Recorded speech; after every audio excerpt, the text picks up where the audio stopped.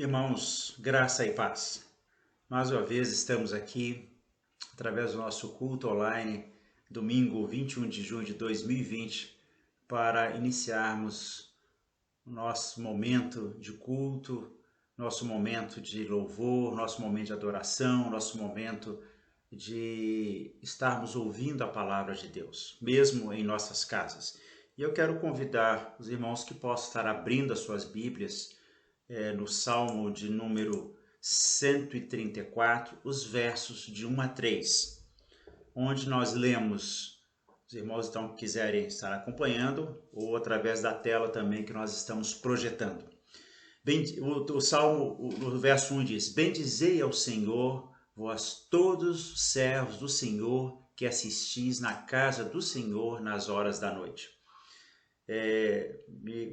Preparando aqui esse momento, me chamou a atenção que assistis na casa do Senhor. Tenho certeza que todos nós, de alguma forma, estamos com saudades de estarmos congregando no nosso templo, a Rua Júlio Mesquita, mas, por motivos que já sabemos, temos ainda que continuarmos nesse momento ainda de adoração e louvor das nossas casas, não através da internet, utilizando este meio. Mas o verso 2 diz: Erguei as mãos para o santuário e bendizei ao Senhor. De Sião te abençoe o Senhor, Criador do céu e da terra. E ainda vamos abrir um pouquinho mais à frente no Salmo 145, cujo texto diz, no verso 1, Exaltar-te-ei, ó Deus meu e Rei, bendirei o teu nome para todo sempre. Todos os dias te bendirei e louvarei o teu nome para todo sempre. Esse verso 2, o iniciozinho dele diz, todos os dias te bendirei. Então, este é o momento agora que nós nos reunimos como igreja, no sentido coletivo, mas a palavra de Deus nos exorta que a nossa adoração, o nosso louvor, a nossa comunhão com o nosso Deus tem que ser todos os dias, como o salmista bem o diz agora. Todos os dias te bendirei e louvarei o teu nome para todo sempre. Grande é o Senhor e muito digno de ser louvado. A sua grandeza é insondável. E é neste espírito, então, que nós queremos, nesse momento, estarmos fazendo uma oração para iniciarmos o nosso culto. Deus Pai, Deus Filho, Deus Espírito Santo, te agradecemos porque temos esta bênção, esta oportunidade, que mesmo por não podermos estar presente no templo, mas podemos das nossas casas, através deste instrumento de mídia, esse instrumento que é a internet, podemos nos reunir com outros irmãos e assim te adorarmos em verdade, te adorarmos em espírito. Ó Pai, fala aos nossos corações, toca o coração de todos os irmãos que agora estão nos acompanhando e que tu possa estar falando através do teu Santo Espírito a mensagem que tu tens para nós nessa noite. Mas aceita, Senhor, o nosso louvor e a nossa adoração. Pedimos também perdão pelos nossos pecados. Guarda-nos, ó Pai, nós te oramos e te agradecemos esta bênção em nome de Jesus. Amém. Boa noite, irmãos. Nesse tempo de contrição, vamos fazer a leitura do Salmo de número 51, versos de 1 a 5. Tem misericórdia de mim, ó Deus, segundo a tua benignidade. Apaga as minhas transgressões, segundo a multidão das tuas misericórdias. Lava-me completamente da minha iniquidade e purifica-me do meu pecado. Porque eu conheço as minhas transgressões e o meu pecado está sempre diante de mim. Contra ti somente pequei e fiz o que é mal à tua vista, para que sejas justificado quando falares e puro quando julgares. Eis que em iniquidade fui formado e em pecado me concebeu minha mãe. Vamos ter alguns minutos de oração silenciosa, irmãos, enquanto ouvimos um hino instrumental.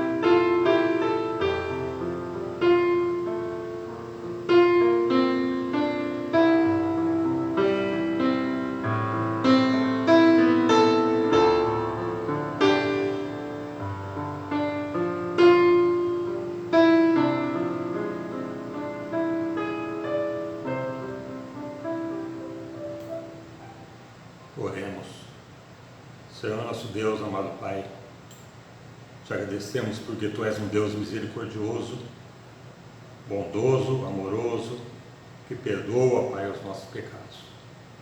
Agradecemos pelo perdão dos nossos pecados no nome de Jesus. Amém. Queridos, nesse momento somos todos convidados a adorar a nosso Deus. Adorar a Deus significa reconhecer as suas virtudes. Adorar a Deus significa reconhecer os seus atributos. Adorar a Deus significa reconhecer as suas qualidades. Nós adoramos a Deus porque Deus nos criou para adorá-lo. Adoração, no entanto, é uma decisão. Temos que decidir adorar a Deus. O livro dos Salmos expressa muito bem os atributos de Deus através de cânticos. O livro dos Salmos é uma coleção de cânticos. Cantamos a Deus, ou os judeus historicamente cantam a Deus através dos Salmos. Os Salmos sintetizam muitas dessas virtudes, atributos e qualidades de Deus. Eu vou reproduzir alguns apenas para ilustração. Os Salmos registram que Deus é grande, grandioso, excelso, soberano, sábio, digno, magnífico, bondoso. Os Salmos também descrevem as qualidades de majestade, majestoso, honra, glória, força, poder, onipotência, onisciência, eternidade, sublimidade. Todos esses, além de outros atributos, estão descritos nos livros dos Salmos. Eu vou destacar apenas um dos Salmos, o Salmo de número 8, versículos 1 e 9, o primeiro e o último dos versículos do Salmo de número 8, para que a gente medite sobre ele muito brevemente. Na leitura. Ó Senhor, Senhor nosso, quão magnífico em toda a terra é o teu nome, pois expuseste nos céus a tua majestade. Senhor, Senhor nosso, quão magnífico em toda a terra é o teu nome. Lembrando que nós adoramos a Deus de muitas maneiras, e que uma das formas de adoração é dedicando a Ele, e entoando hinos e cânticos espirituais, eu convido você a acompanhar os nossos músicos em alguns cânticos. Antes, porém, vamos orar para que esse momento seja recebido por Deus na sua infinita bondade. Oremos. Pai Santo, reconhecemos que fomos chamados para adorá-lo, reconhecemos também que apenas o Senhor é digno de toda a nossa adoração por tua grandeza, por tua glória, por tua majestade. Rogamos que neste momento receba e aceite a nossa adoração na forma de hinos e cânticos espirituais. Abençoa, Senhor, todo o teu povo espalhado pela face da terra. Nós oramos em nome do nosso Senhor e Salvador Jesus Cristo. Amém.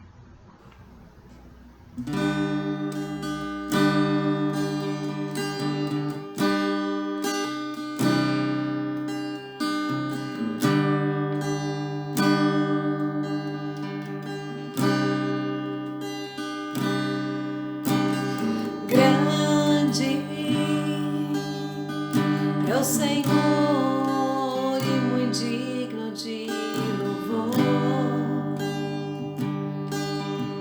Na cidade do nosso Deus, seu santo monte, a alegria de toda a terra.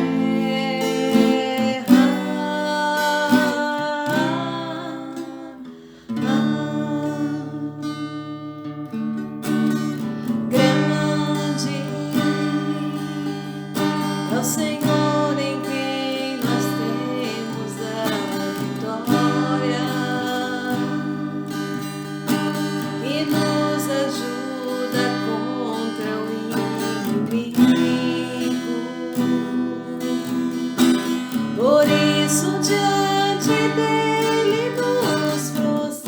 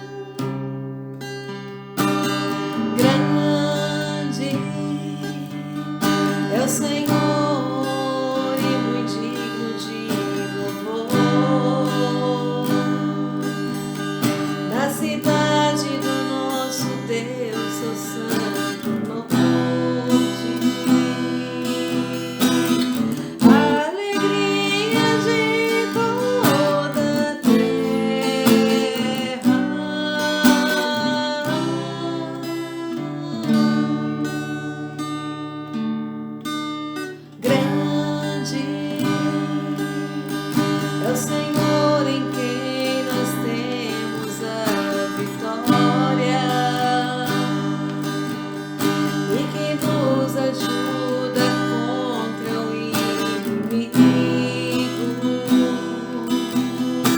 Por isso diante dele nos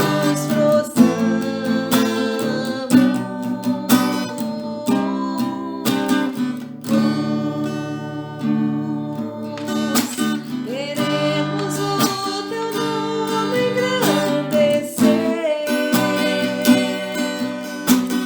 e agradecer.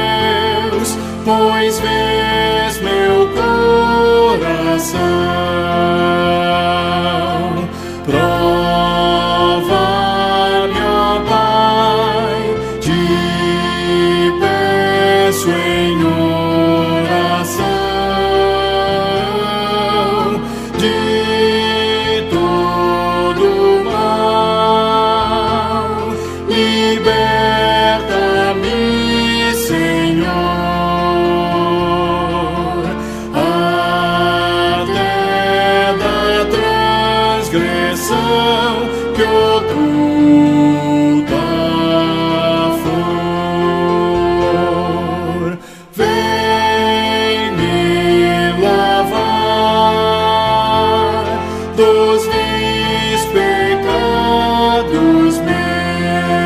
meus, conforme prometeste, meu bom Deus, faze-me arder e consumir de amor, pois quero te magnificar, Senhor. Todo meu ser não considero meu, quero gastá-lo no serviço teu, minhas paixões tu podes dominar, pois tu, Senhor, vieste em mim morar.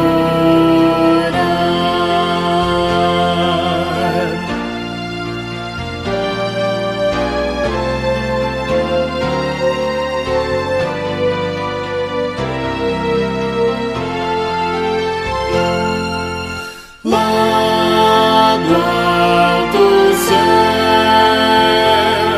o avivamento vem, e que comece em mim, seguindo além o teu poder, as bênçãos teu favor, concede aos que são teus, ó Pai de amor.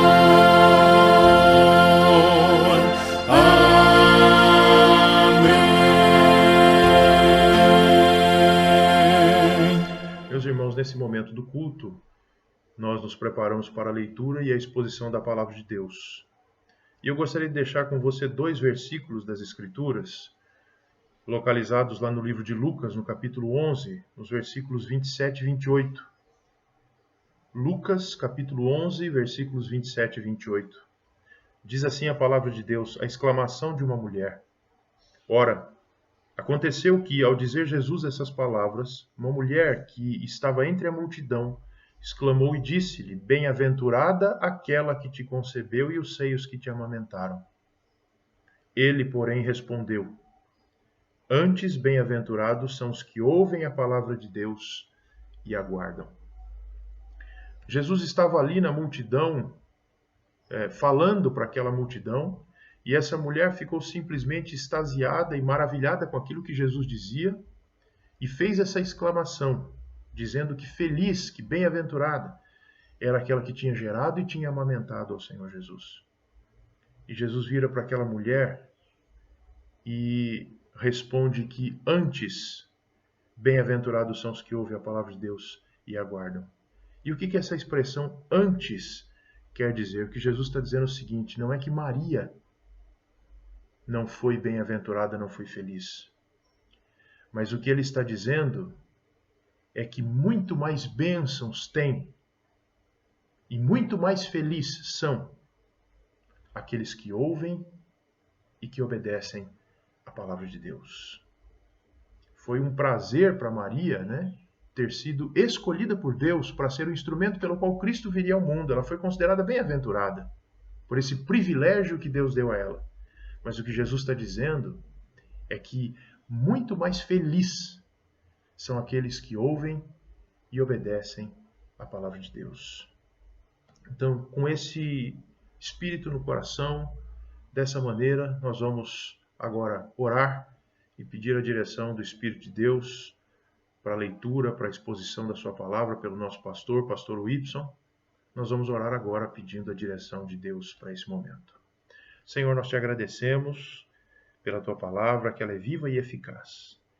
E nesse momento em que a mesma será lida e explanada pelo teu servo, suplicamos que o Senhor venha agir nos nossos corações, no coração de todos aqueles que estarão ouvindo esta palavra, transformando vidas, sarando feridas, fortalecendo os corações, as vidas dessas pessoas, de todos aqueles que estarão ouvindo da tua palavra. Que a tua palavra possa entrar nos corações e transformar esses corações para a tua glória. Suplicamos ao Senhor que o Senhor também capacite o pastor Whitson com sabedoria e com graça, para que ele fale inspirado pelo Senhor, fale aquilo que vier do Senhor. Pedimos a tua bênção, a tua direção para este momento, em nome de Jesus. Amém.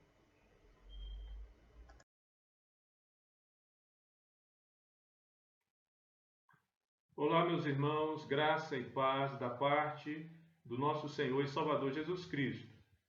Nessa noite nós vamos expor para vocês o Salmo de número 90, quebrando assim uma sequência de exposições que fizemos no Evangelho de João.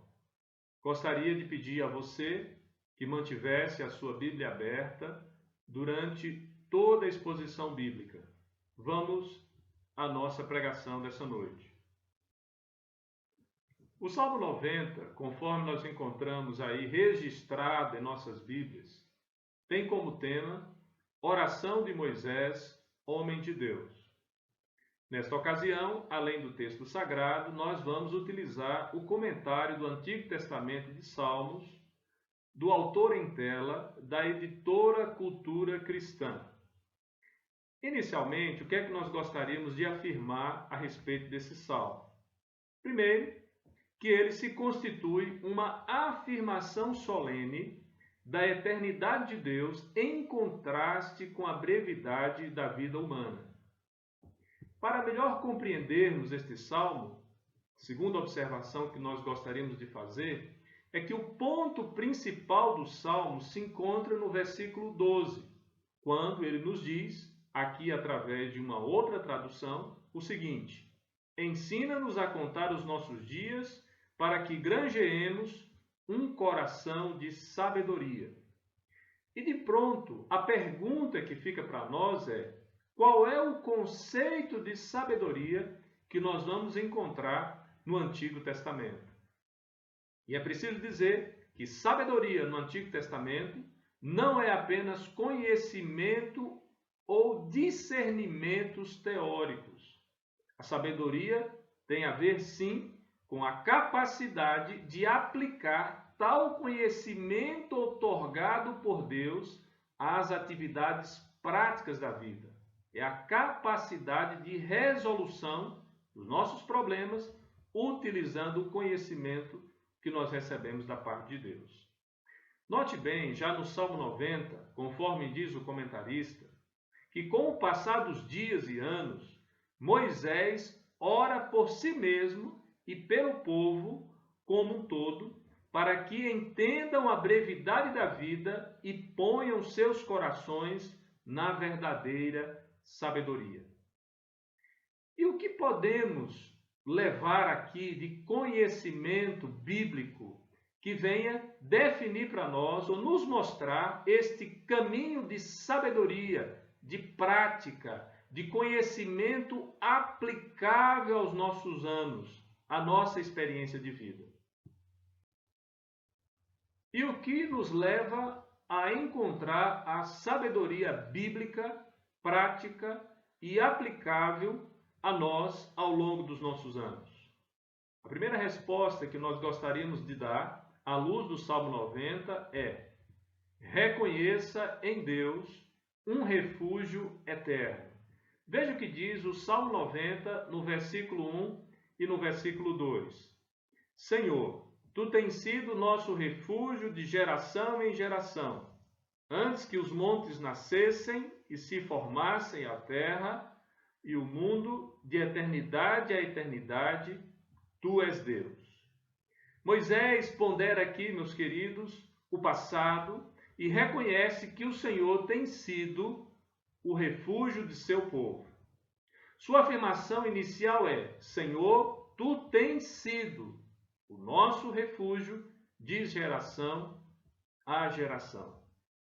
O uso do termo refúgio no hebraico é usado como referência ao local da habitação de Deus, conforme nós encontramos lá em Deuteronômio, capítulo 26, versículo 15. A ideia de encontrar refúgio em Deus, presente aqui e no Salmo 91, se relaciona à realidade de Deus ser nosso lar, com todo o conforto e segurança pessoal, do tipo que não encontramos em outro lugar, estrutura ou mesmo instituição humana. Por ser eterno, Deus não muda como o ser humano, de geração a geração. Antes que os montes viessem à existência, ou a terra e o nosso mundo fossem formados, Deus já existia, diz o comentarista bíblico. Após a ponderação aqui do comentarista bíblico, nós podemos logo nos achegar com o conceito de refúgio a Cristo. Veja o que o Senhor Jesus nos diz em Mateus capítulo 11, do verso 28 ao verso 30. Vinde a mim, todos os que estáis cansados e sobrecarregados, e eu vos aliviarei. Tomai sobre vós o meu jugo, e aprendei de mim, porque sou manso e humilde de coração. E achareis descanso para a vossa alma, porque o meu jugo é suave e o meu fardo é leve. Também o Senhor Jesus nos ensina, lá em João capítulo 10, do verso 7 ao verso 10. Jesus, pois, lhes afirmou de novo: em verdade vos digo, eu sou a porta das ovelhas. Todos quantos vieram antes de mim são ladrões e salteadores, mas as ovelhas não lhes deram ouvido. Eu sou a porta. Se alguém entrar por mim, será salvo. Entrará e sairá e achará pastagem. O ladrão vem somente para roubar, matar e destruir. Eu vim para que tenham vida e a tenham em abundância. A primeira aplicação que nós podemos, portanto, fazer do Salmo 90 é que podemos encontrar sim em Deus o nosso refúgio. E o próprio Cristo é apontado como sendo esse refúgio pessoal, inconfundível, maravilhoso, que pode nos assegurar proteção pessoal e, por que não dizer também, proteção coletiva. Mais uma vez, eu repito a proposição que diz: o que pode nos levar a encontrar a sabedoria bíblica, prática e aplicável a nós ao longo dos anos? E o segundo argumento é: perceba a mortalidade humana. O texto diz: tu reduzes o homem ao pó e dizes: tornai filho dos homens, pois 1000 anos aos teus olhos são como o dia de ontem que se foi e como a vigília da noite. Tu os arrastas na torrente, são como um sono, como a relva que floresce de madrugada viceja e floresce, à tarde murcha e seca. Meus irmãos, nós aprendemos aqui nesse segundo tópico que a própria natureza do homem é de tal gênero que ele veio da terra e voltará para a terra, conforme encontramos lá em Gênesis capítulo 3, versículo 19. Em relação a Deus, por outro lado, diz 2 Pedro capítulo 3, versículo 8: há, todavia, uma coisa, amados, que não deveis esquecer, que para o Senhor um dia é como 1000 anos, e 1000 anos como um dia. Perceba que a intenção do salmista é estabelecer aqui um contraste, ou pelo menos constatar esse contraste entre um Deus eterno e um homem finito. Em relação ao homem, depois da queda, a maldição do pecado trouxe a morte para a experiência humana sobre a terra. O contraste é apontado. Enquanto a presença imutável de Deus permanece, o tempo do homem passa pela terra de forma efêmera, breve e passageira. Diz o versículo 5b e a parte do versículo 6. São como o sono, como a relva que floresce de madrugada viceja e floresce, à tarde murcha e seca. E a questão que fica para nós é como nós podemos resolver a realidade dura e triste da morte. Voltando os nossos olhos para a ocasião da morte de Lázaro, Jesus, na presença de Marta, vai dizer: eu sou a ressurreição e a vida. Quem crê em mim, ainda que morra, viverá. E todo aquele que vive e crê em mim, não morrerá eternamente. Crês isto? Está lá em João capítulo 11, versículo 25 e 26. Veja bem, nós estamos diante do fato de que Lázaro havia morrido, já havia sido sepultado. Jesus chega para ressuscitá-lo. E Marta vai fazer uma referência sobre a ressurreição do último dia. E nesse momento, nesse contexto, o Senhor Jesus deixa claro que Ele é a solução para a realidade dura e triste da morte. Ele diz: eu sou a ressurreição e a vida. Aquele que crê em mim, ainda que morra, viverá e não morrerá eternamente. Mas chegando aqui ao terceiro argumento, a respeito de como nós podemos encontrar a sabedoria bíblica, prática e aplicável a nós ao longo dos nossos anos, nós podemos afirmar que é necessário que nós compreendamos a ira de Deus. O texto, a partir do versículo 7 ao versículo 10, vai dizer assim: pois somos consumidos pela tua ira e pelo teu furor conturbados. Diante de ti pusestes as nossas iniquidades, e sob a luz do teu rosto os nossos pecados ocultos. Pois todos os nossos dias se passam na tua ira. Acabam-se os nossos anos como um breve pensamento. Os dias da nossa vida sobem a 70 anos, ou, em havendo vigor, a 80. Neste caso, o melhor deles é canseira e enfado, pois tudo passa rapidamente e nós voamos. Como que nós podemos compreender a ira de Deus? Preciso dizer, meus irmãos, que houveram muitas demonstrações da ira de Deus contra o seu povo nos dias de Moisés e contra o próprio Moisés. Deuteronômio capítulo 1, verso 37, Deuteronômio 4, 21, exemplifica isto. Diga-se de passagem, justa, legítima e santa. Mesmo contra seu povo, diz o comentarista bíblico, Deus mostra sua ira, porquanto nunca tolera ver pecado em suas vidas. Nem mesmo pecados secretos podem permanecer ocultos à sua vista, diz o verso de número 8. Tudo está concretamente diante dos olhos do Senhor, de modo que nenhum pecado se oculta dele. Não existe, meus irmãos, a possibilidade de nós escondermos a nossa condição ou situação diante dos olhos de Deus. Veja o que já dizia o salmista no Salmo 139. Senhor, tu me sondas e me conheces. Sabes quando me assento e quando me levanto. De longe penetras os meus pensamentos. Esquadrinhas o meu andar e o meu deitar e conhece todos os meus caminhos. Ainda a palavra me não chegou à língua, e tu, Senhor, já a conheces toda, diz o Salmo 139, do verso 1 ao verso 4. Percebamos aí, nesta realidade, que Deus ele é prescrutador de todo o nosso ser, de toda a nossa realidade e, por que não dizer, de toda a nossa história. Diante de Deus está revelado toda a nossa realidade, todo o nosso ser, todas as situações que nós vivemos.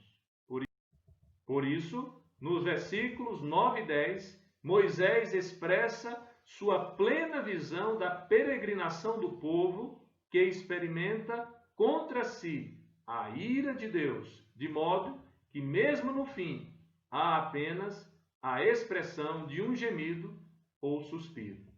A expectativa da vida humana, a experiência do viver seria carregada de tribulação e inquietação, de acordo com o salmista. Sem falar que até mesmo assim, estes anos seriam rápidos e longos e logo chegariam ao fim. Um coração sábio, portanto, meus irmãos, a analisar a vida terrena, percebe que por mais que a vida seja longa, nela cometeremos muito mais equívocos do que acertos. Intentaremos muito mais do que seremos capazes de realizar. E diante de nós está posto a dura realidade de que da terra viemos, do pó viemos e do pó também tornaremos. Mas como a Bíblia mostra a forma adequada de aplacar a ira de Deus? Veja o que diz o apóstolo Paulo na carta aos Efésios, capítulo 2, do verso 1 ao verso 7. Ele vos deu vida, estando vós mortos nos vossos delitos e pecados, nos quais andastes outrora, segundo o curso deste mundo, segundo o príncipe da potestade do ar, do espírito que agora atua nos filhos da desobediência, entre os quais também todos nós andávamos outrora, segundo as inclinações da nossa carne, fazendo a vontade da carne e dos pensamentos, e éramos, por natureza, filhos da ira, como também os demais. Mas Deus, sendo rico em misericórdia, por causa do grande amor com que nos amou, e estando nós mortos em nossos delitos, nos deu vida juntamente com Cristo. Pela graça sois salvos, e juntamente com Ele nos ressuscitou, e nos fez assentar nos lugares celestiais em Cristo Jesus, para mostrar nos séculos vindouros a suprema riqueza da sua graça, em bondade para conosco, em Cristo Jesus. Percebamos aqui que, embora a experiência da vida humana sobre a terra seja breve, com Cristo podemos começar a vislumbrar uma nova realidade dissociada da ira de Deus. Mas ainda, irmãos, como encontraremos, à luz desse salmo, outras ações baseadas na sabedoria bíblica, prática e aplicável? Chegamos ao nosso quarto argumento. Colha a verdadeira sabedoria. O texto, no verso 11 e verso 12, diz assim: quem conhece o poder da tua ira e a tua cólera, segundo o temor que te é devido? Ensina-nos a contar os nossos dias, para que alcancemos coração sábio.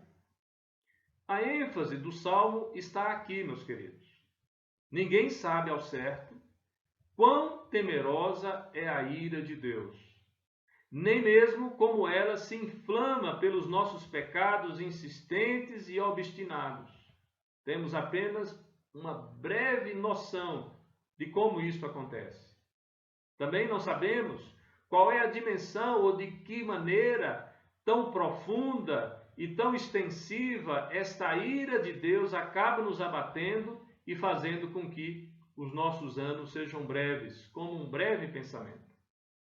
A única forma de impedir, portanto, que ofendamos a Deus é reconhecer sua ira contra o pecado e buscando sua graça perdoadora agora oferecida em Jesus, diz o comentarista bíblico.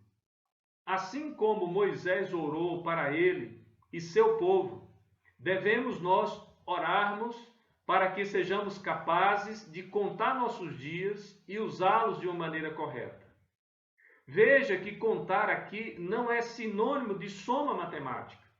Tem a ver com tomar instrução com aquele que detém todo o conhecimento para ter acesso aos valores eternos e espirituais, para compor nossa vida humana efêmera sobre a terra, vislumbrando a possibilidade de vivermos na eternidade.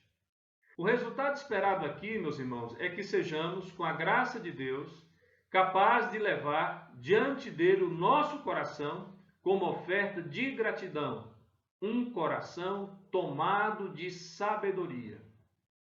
Perceba aqui, meus irmãos, que esse coração cheio de sabedoria é algo esperado da parte de Deus. Tanto é, conforme diz Tiago, capítulo 1, que se nós pedirmos a Deus, Ele dará sabedoria sem nada nos cobrar a respeito disso. O salmista Davi, no Salmo de número 51, versículo 17, já deixava claro que de fato agradava ao Senhor. Sacrifícios agradáveis a Deus são o espírito quebrantado, coração compungido e contrito, não o desprezará o Senhor. O apóstolo Paulo, por sua vez, já escreve aos Romanos, no capítulo 12, versículo 1 e versículo 2, dizendo: Rogo-vos, pois, irmãos, pelas misericórdias de Deus, que apresenteis o vosso corpo por sacrifício vivo, santo e agradável a Deus, que é o vosso culto racional. E não vos conformeis com este século, mas transformai-vos pela renovação da vossa mente, para que experimenteis qual seja a boa, agradável e perfeita vontade de Deus. Chegamos agora ao nosso quinto argumento de como nós devemos encontrar a sabedoria bíblica, prática e aplicável ao longo dos nossos anos. Ore a Deus pedindo a sua bênção. O texto vai nos dizer no verso 13 ao verso 17: Volta-te, Senhor, até quando? Tem compaixão de nós, teus servos. Sacia-nos de manhã com a tua benignidade, para que cantemos de júbilo e nos alegremos por todos os nossos dias. Alegra-nos por tantos dias quantos nos tens afligido, por tantos anos quantos suportamos a adversidade. Aos teus servos apareçam as tuas obras, e aos seus filhos a tua glória. Seja sobre nós a graça do Senhor, nosso Deus. Confirma sobre nós as obras das nossas mãos. Sim, confirma as obras das nossas mãos. Percebamos aqui, meus irmãos, o pedido de Moisés que está sendo feito diante de Deus. Um pedido que está alinhado com a vontade de Deus. A busca de arrependimento e da vida na presença santa de Deus, do Deus Yahvé, o Deus da aliança.